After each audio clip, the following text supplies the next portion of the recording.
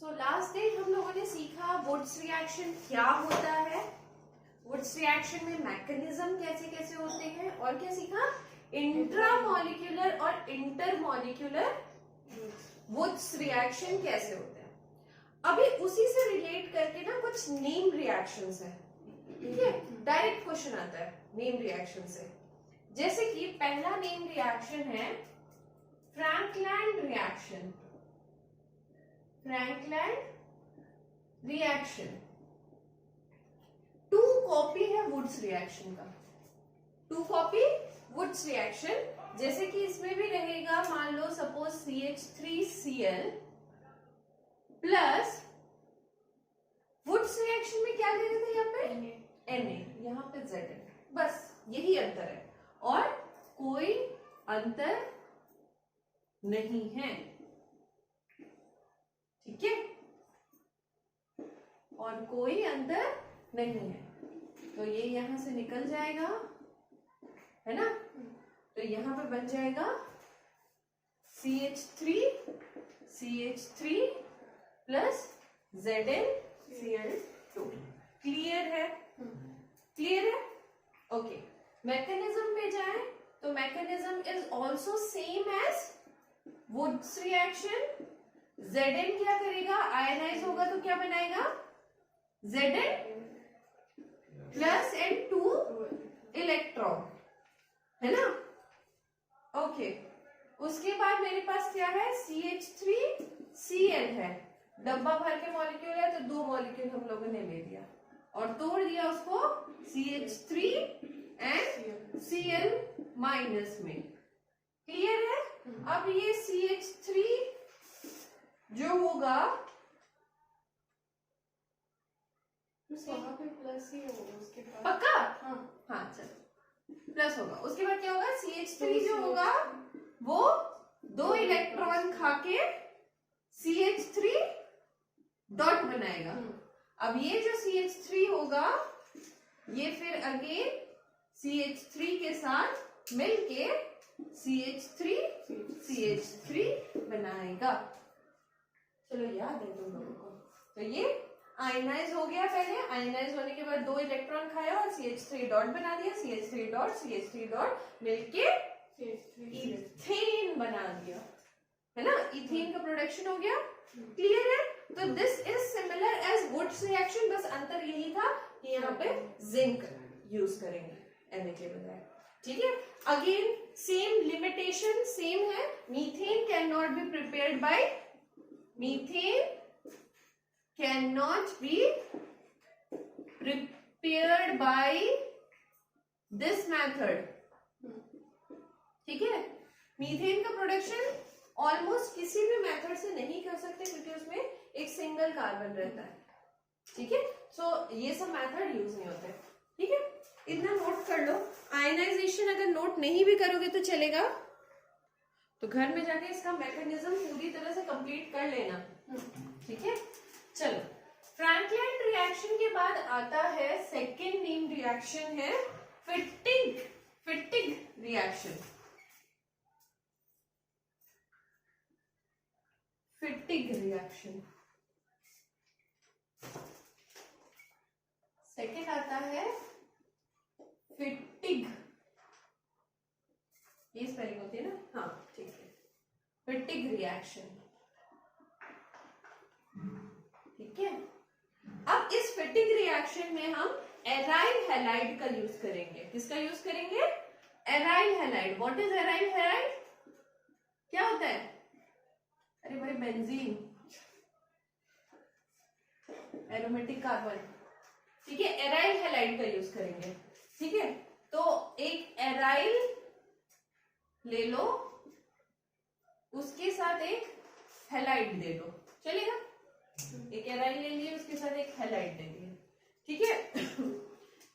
Same as a Wurtz reaction ये भी होगा, बस एक एराइल हैलाइड लिया हमने, ठीक है।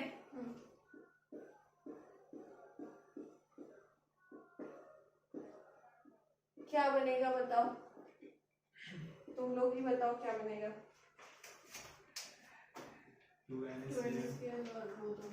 वो दोनों जुड़ जाएगा, है ना।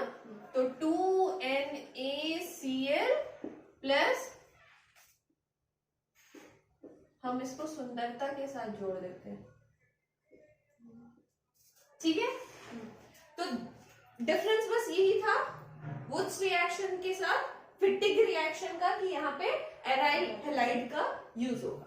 ठीक है, अगर क्वेश्चन में बोल दिया कि वुड्स एंड फिटिक रिएक्शन दोनों को कंबाइन करके बनाइए, क्या बोला क्वेश्चन में? वुड्स फिटिक रिएक्शन बताइए, वुड्स फिटिक रिएक्शन बताइए। तो क्या करेंगे हम लोग? एक हम लोग लेंगे एलिफेटिक कंपाउंड, जैसे कि हम लोग लेते थे, क्या लेते थे हम लोग? CH3Cl। ठीक है, उसके साथ हम एक एराइल हैलाइड ले लेंगे और 2 मॉलिक्यूल ऑफ Na ले लेंगे। ठीक है,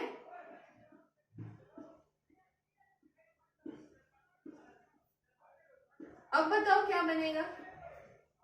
तो NaCl और CH3 उसके साथ जुड़ जाएगा, है ना? तो 2NaCl प्लस CH3 हैलाइड की जगह पे आके बैठ जाएगा। ये किसका स्ट्रक्चर है? What is this? Common name क्या है इसका? फिनाइल। CH3 जुड़ा हुआ है। Common name टॉलिन। Very nice, टाउलिन। ठीक है, क्लियर है? तो वुड्स फिटिक रिएक्शन में क्या करेंगे? हम एक एरोमेटिक कंपाउंड ले लेंगे और एक एराइल हैलाइड ले लेंगे और एक क्या लेंगे? ये बताओ। एलिफेटिक कंपाउंड्स लेंगे, एक एराइल हैलाइड ले लेंगे और उसको Na के साथ ड्राई ईथर के प्रेजेंस में जोड़ देंगे। क्लियर है? लिख लो। अगर डन हो गया है तो इसका मैकेनिज्म तुम लोग लिख के बताओ तो कैसे हो रहा है ये। 2 मिनट का टाइम दे रहे हैं, मैकेनिज्म बताओ। और ये भी बताना क्या सिर्फ यही प्रोडक्ट बनेगा या फिर और कोई प्रोडक्ट बनेगा। ठीक है, चलो 2 मिनट दिमाग लगाओ भाई। ये मिक्स्ड कंपाउंड्स है ना, तो मिक्स्ड कंपाउंड में कितने प्रोडक्ट निकलते थे? 3 निकालना ही है मुझे किसी भी तरह से। एक तो हो गया मेरे पास इसका डॉट, है ना, और एक हो गया मेरे पास CH3 का डॉट। तो मेरे पास क्या होगा? कंपाउंड बहुत सारे हैं, मतलब एक ही मॉलिक्यूल तो नहीं है ना, तो ये कभी आपस में भी मिलेगा ना भाई। आपस में मिलेगा तो दूसरा प्रोडक्ट हमारे पास ये आएगा, है ना। तीसरा प्रोडक्ट अपने पास क्या आएगा? CH3। घबराने की बात नहीं है, बस यही है ना। मिक्स प्रोडक्ट में ऐसे ही निकालते थे ना, और कोई तो तरीका नहीं सिखाया ना। ठीक है, ठीक है, मिटाए ऊपर से, हम रब कर रहे हैं ऊपर से। एक लास्ट रिएक्शन बचता है, उल्मन्स रिएक्शन।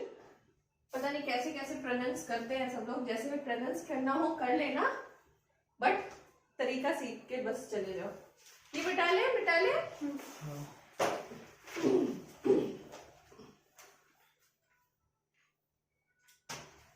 गला थोड़ा खराब है।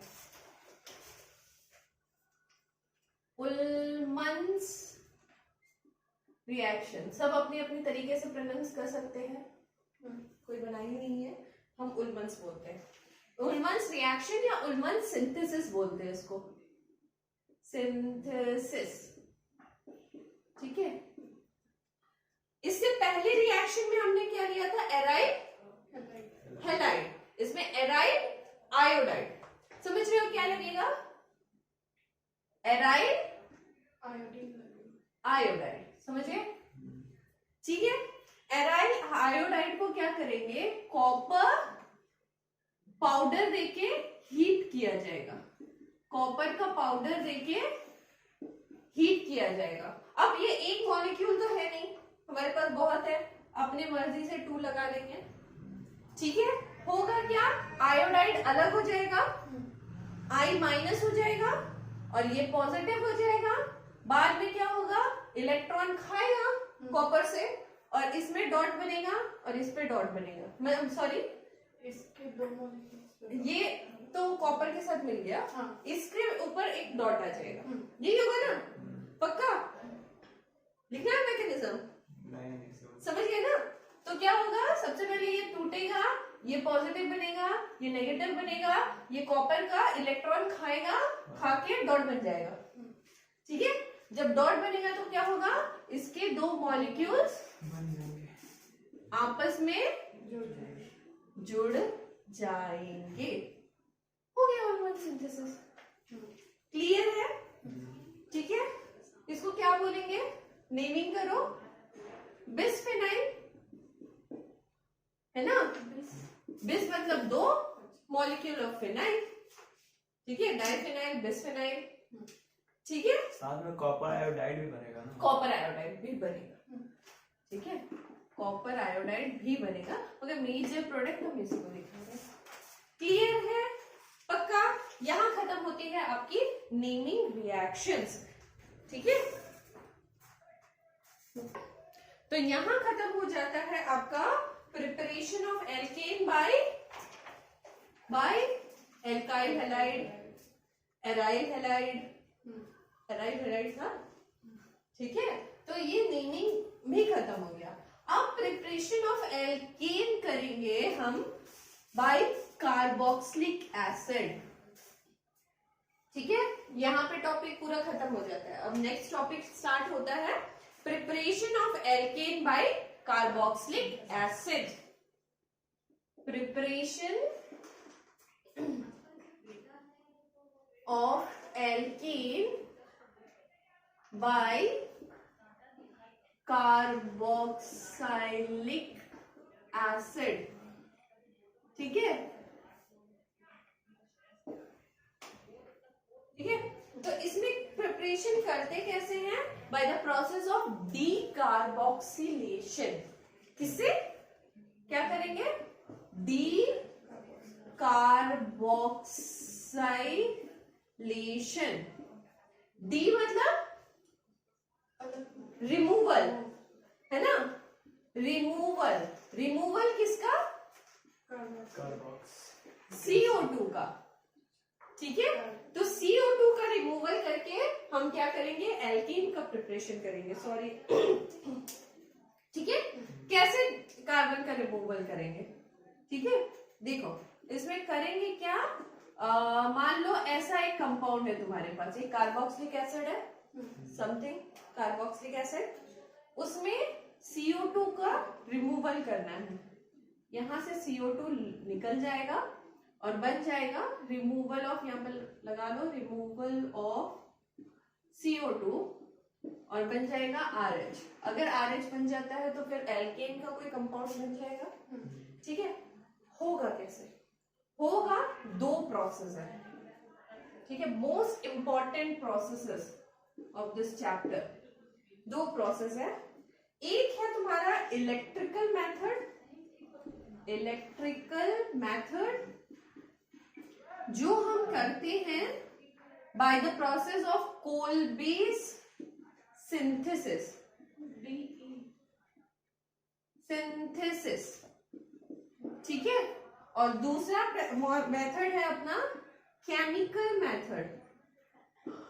केमिकल मेथड जो है वो हम करेंगे सोडा लाइम से, ठीक है? सबसे ज्यादा इंपॉर्टेंट इलेक्ट्रिकल मेथड है, इसको ही ज्यादा इंपॉर्टेंस दिया जाता है, इसको भी सीखेंगे, बट मोस्ट इंपॉर्टेंस है कोलबेस सिंथेसिस। तो इतना लिखो, उसके बाद कोलबेस सिंथेसिस में आते हैं।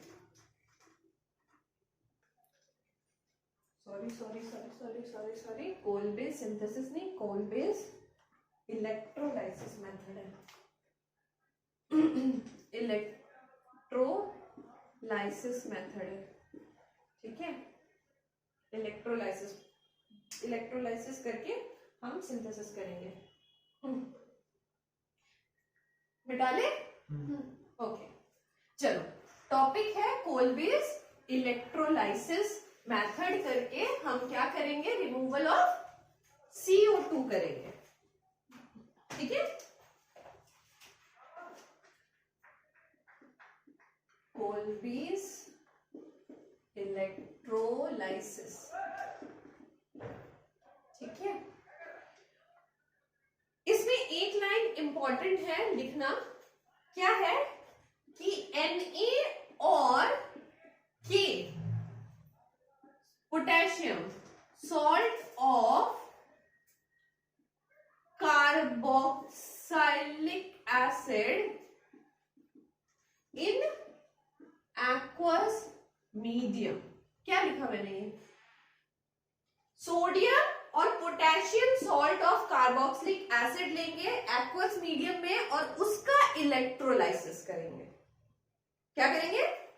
सोडियम एंड पोटेशियम सॉल्ट लेंगे, कोई भी कार्बोक्सिलिक एसिड का, और उस इन एक्वस मीडियम, और उसका हम क्या कर रहे हैं? इलेक्ट्रोलाइसिस करेंगे। ठीक है,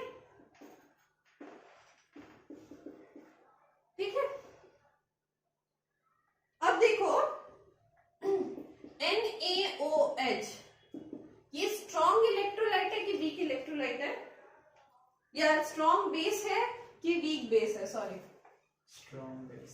स्ट्रॉन्ग बेस है। ठीक है, इसके साथ हमने करवा दिया रिएक्शन एक कार्बोक्सिलिक एसिड का।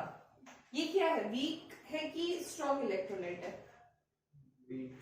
ये है वीक इलेक्ट्रोलाइट। ठीक है, अच्छा, प्रोडक्ट में क्या बनेगा बताओ तो?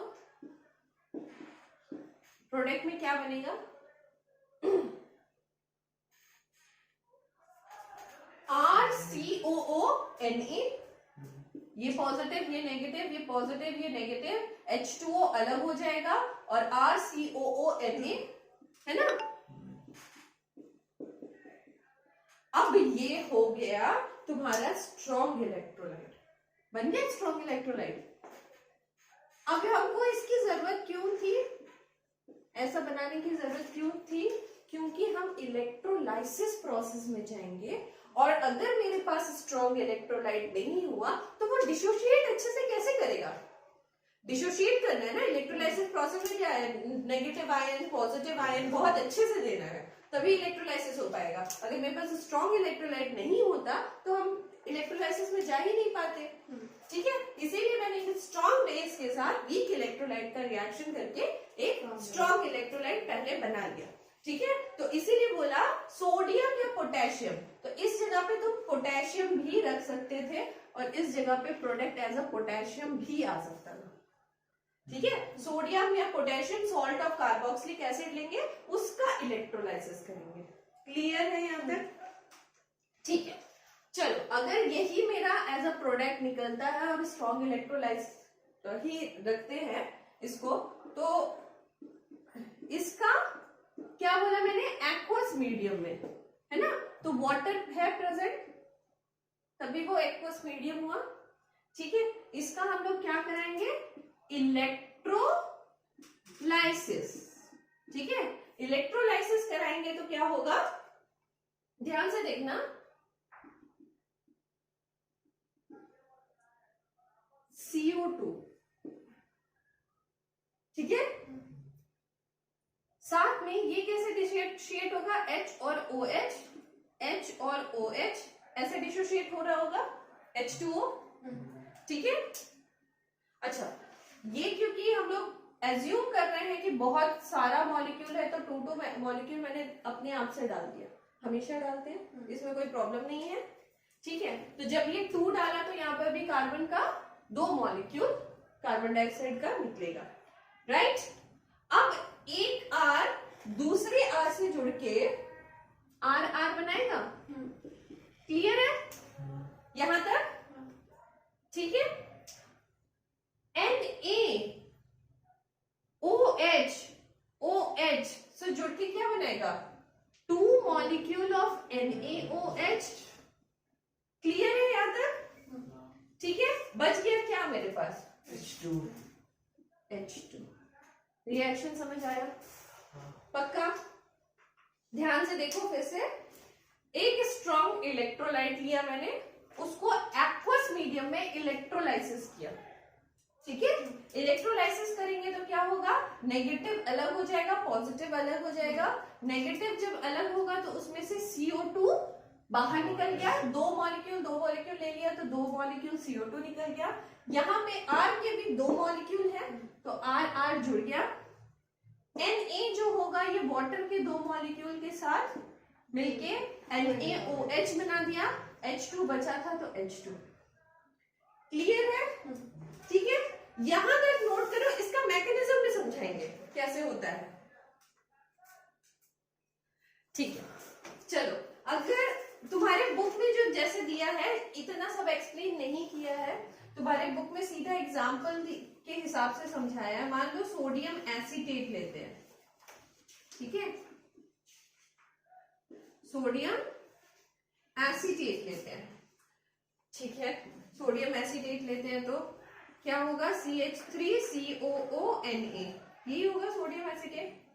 ठीक है, दो मॉलिक्यूल अपने से डाल दिया मैंने और दो मॉलिक्यूल ऑफ H2O डाल दिया, उसके इलेक्ट्रोलाइसिस करा दिया तो क्या निकलेगा, दो मॉलिक्यूल ऑफ CO2 निकलेगा, CH3 और दो molecule of NaOH and H2, ये निकलेगा। ठीक है, इंपॉर्टेंट है मैकेनिज्म कैसे निकलेगा, ठीक है। हाँ, एग्जाम्पल के साथ मैकेनिज्म करवाया होगा बेटा ने ऊपर। चलो मैकेनिज्म समझो और ध्यान से समझो, नेक्स्ट वाला तुम लोग बनाओगे, ठीक है।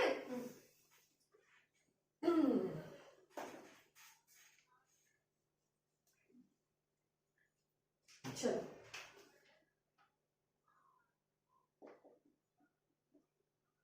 सेम है, वुड्स रिएक्शन जब समझ में आ गया तो ये सारा समझ में आ जाएगा। CH3COONA डिसोशिएट करो, क्या होगा,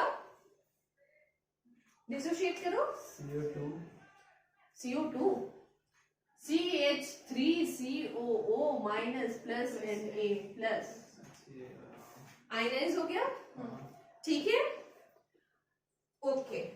और क्या है मेरे पास, वाटर है ना, इसको भी आयनाइज कर लो, H+OH-।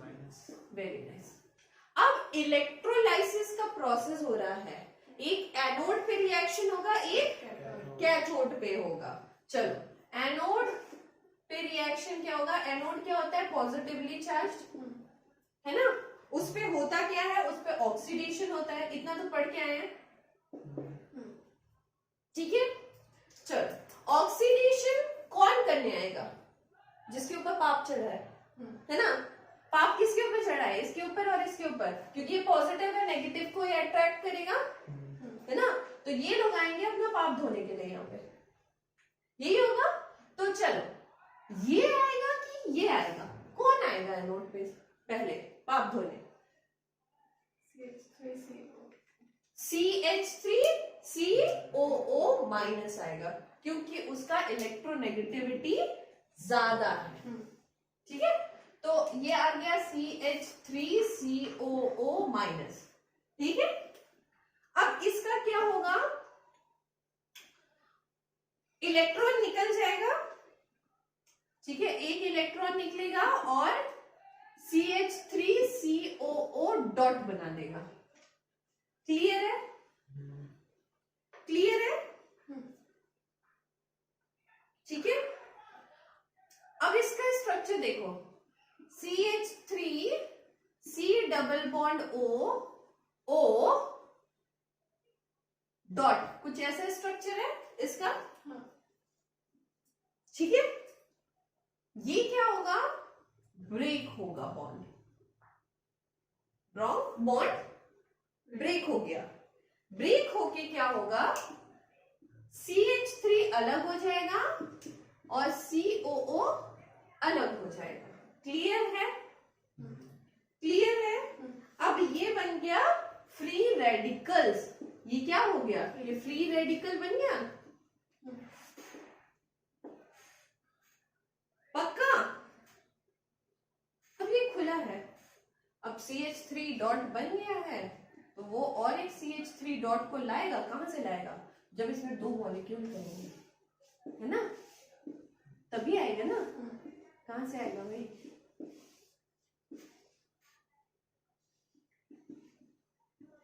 तो फिर CH3 CH3 जुड़ जाएगा। क्लियर है, एनोड की कहानी क्लियर है। और ये बन गया एक इथीन गैस, और इसको हम क्या करेंगे, उड़ा देंगे। उड़ाने के लिए बनाया है ना, उसको हम लोग कलेक्ट कर लेंगे। ठीक है, कहानी समझ आई? समझ आई? चलो अब कैथोड पे भी कुछ कहानी हो रही होगी। कैथोड पे भी कुछ कहानी हो रही होगी। कैथोड होता है नेगेटिव और इस पे होता है रिडक्शन, है ना। तो कैथोड पे नेगेटिव चार्ज है, कौन आएगा, सोडियम या H प्लस? सोडियम। सोडियम या H plus? Sodium. H plus H plus. ठीक है, अब ये आएगा अपना पाप धोने के लिए। अब याद रखना, जितना इलेक्ट्रॉन ऑक्सीडेशन में होता है उतना ही इलेक्ट्रॉन रिडक्शन में होना जरूरी है। उतना ही, एक मिनट, ओके, तो कहा थे, हाँ, H प्लस को कब आप धो रहे थे, है ना, ये कर रहे थे ना हम लोग। तो याद रखने वाली बात ये है, जितना इलेक्ट्रॉन ऑक्सीडेशन में होगा उतना इलेक्ट्रॉन रिडक्शन में करना मजबूरी है। तो हम H प्लस को ऐसे छोड़ नहीं सकते, हम लोगों को क्या करना पड़ेगा, 2 मॉलिक्यूल लगाने पड़ेंगे मजबूरन। ठीक है, जब 2 मॉलिक्यूल हो गया तो ये 2 इलेक्ट्रॉन को ले लेगा और क्या बना देगा, H2, है ना। ठीक है, अब ये कुछ नहीं जमा गया, 2H कैसा दिख रहा है, गंदा सा, है ना। तो इसको बोलते हैं प्राइमरी चेंज। ये क्या करेगा, अपने सेकेंडरी चेंज में जाएगा और बना देगा H2 गैस, और यही H2 गैस यहाँ पे तुमको दिख रहा है और ये प्रोडक्ट अपने को दिख रहा है। ठीक है, तो H2 गैस बनके सेकेंडरी प्रोडक्ट बन गया मेरा। अब अच्छा दिख रहा है ना। ठीक है, तो सारे प्रोडक्ट हो गए। CO2 बन गया, CH3 NaOH तो पहले ही हो जाएगा। NaOH का तो कोई खर्चा ही नहीं है, NaOH ऐसे ही प्रोडक्ट बना देगा। ठीक है, क्लियर है, पक्का। एनोड और कैथोड की कहानी क्लियर है। ओके, रिजल्टिंग सॉल्यूशन जो होगा वो बेसिक होगा। रिजल्टिंग सॉल्यूशन जो आता है इसका, वो बेसिक होता है, बेसिक इन नेचर होता है ऑलवेज।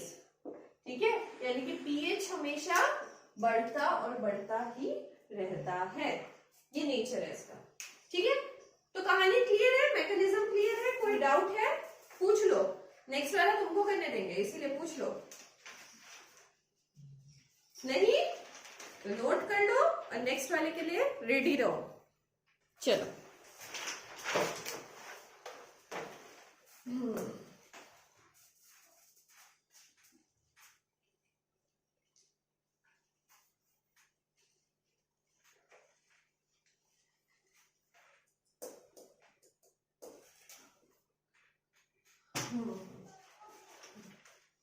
क्वेश्चन में है किससे बनाना है, सोडियम प्रोपानोएट।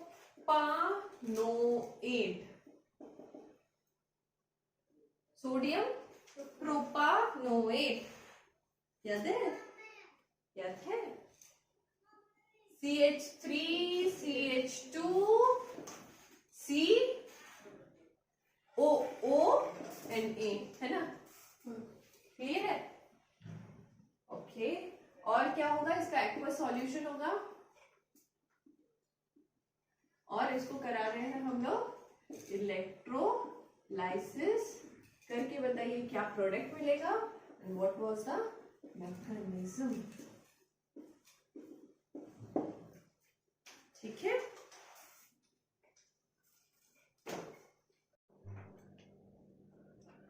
चलो मैकेनिज्म में सबसे पहले इसको तोड़ते हैं। C2H5COONA टूटेगा तो क्या बनेगा? C2H5COO minus plus Na plus. H2O टूटेगा तो क्या होगा? बोलो। H plus OH minus. कहानी पहले शुरू होगी एनोड के साथ, है ना? अच्छा, इसका रिएक्शन करके तो ऐसे ही मैं बता दूंगी क्या होगा। बताओ। 2 मॉलिक्यूल ऑफ CO2 पक्का निकलेगा, इसको 2 कर लेते हैं अपने से, ठीक है। और क्या निकलेगा? C2H5 C2H5 ब्यूटेन, है ना? और क्या निकलेगा? 2NaOH 2 molecule of NaOH। और क्या निकलेगा? H2। ठीक है। अब चलो कहानी शुरू करते हैं एनोड के साथ। एनोड इज पॉजिटिव, पाप दोनों आएगा C2H5, है ना? C2H5COO माइनस, है ना? अब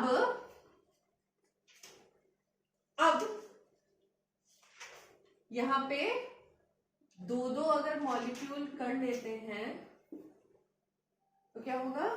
2 इलेक्ट्रॉन एंड C2H5COO डॉट होगा। और ये 2 मॉलिक्यूल भी होगा। बोलो, समझ में आया? अगर नहीं समझ में आया तो बताओ। नहीं समझ में आया तो बताओ। ये जो 2 यहाँ पे जो माइनस है ना, इसके पास 2 इलेक्ट्रॉन रहते हैं ना। हाँ। ये है ना? क्लियर है? और क्या होगा? C2H5 स्ट्रक्चर फिर वैसे ही बना लो।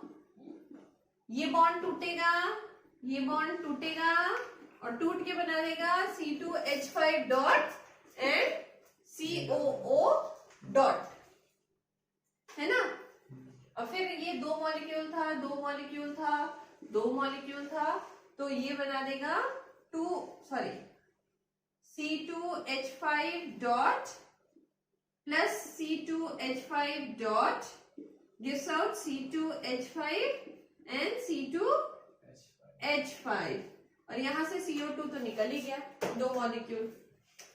क्लियर है? कैथोड में कहानी क्या होगी? कैथोड में कहानी होगी नेगेटिव वाली। नेगेटिव में कौन आएगा?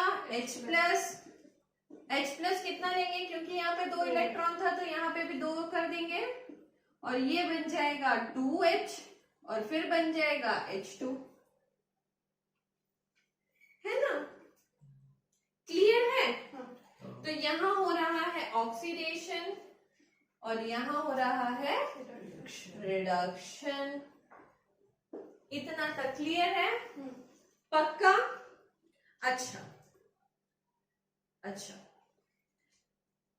ये product as a major product बनेगा, ये मंजूर हो गया। बट यहां पे ना एक डिस्प्रोपोर्शियोनेशन रिएक्शन भी होता है। क्या होता है डिस्प्रोपोर्शियोनेशन रिएक्शन? सेम स्पीसीज का ऑक्सीडेशन एंड रिडक्शन दोनों हो जाता है कई बार। कैसे होता है? चलो यहाँ पे थोड़ा सा समझा देते हैं कि क्या होता है। ये जो C2H5 है और एक मॉलिक्यूल है C2H5 का, इसमें क्या होता है ना, सपोज ये वाला जो मॉलिक्यूल है इस मॉलिक्यूल को अपना हाइड्रोजन दे दिया, ठीक है?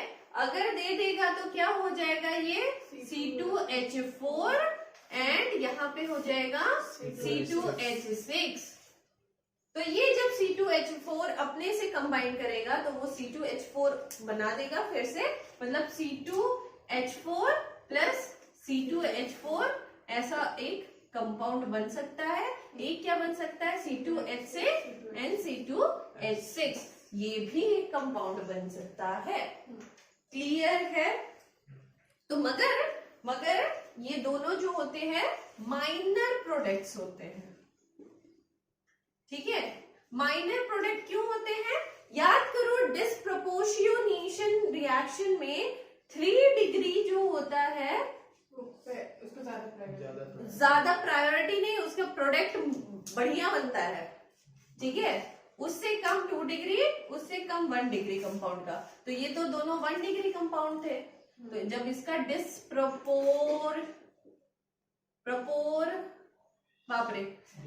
डिस्प्रोपोर्शियोनेशन रिएक्शन होगा, ठीक है, 1 डिग्री का, तो उसका प्रोडक्ट भी माइनर बनेगा ना, क्योंकि 1 डिग्री का भाव कम मिलता है, ठीक है। तो यहाँ पे कुछ एक ऐसा प्रोडक्ट भी बन सकता है। अगर ऑप्शंस में आए कि क्या ये दोनों प्रोडक्ट भी बनते हैं, तो यू कैन से दैट कि हाँ बन सकते हैं, but it will be a minor product. Clear है?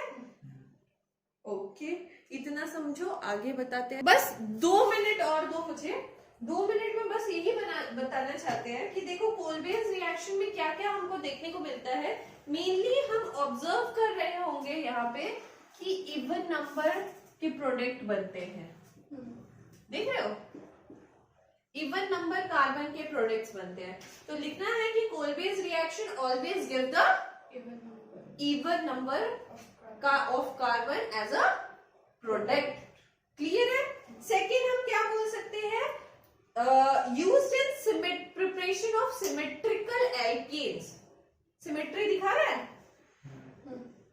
है ना, use in the preparation of symmetrical alkane. Third, next point क्या बोल सकते हैं, हमेशा पीएच बढ़ता रहता है, जैसे जैसे रिएक्शन आगे जाएगा पीएच भी उसका इंक्रीज करता रहेगा, ठीक है।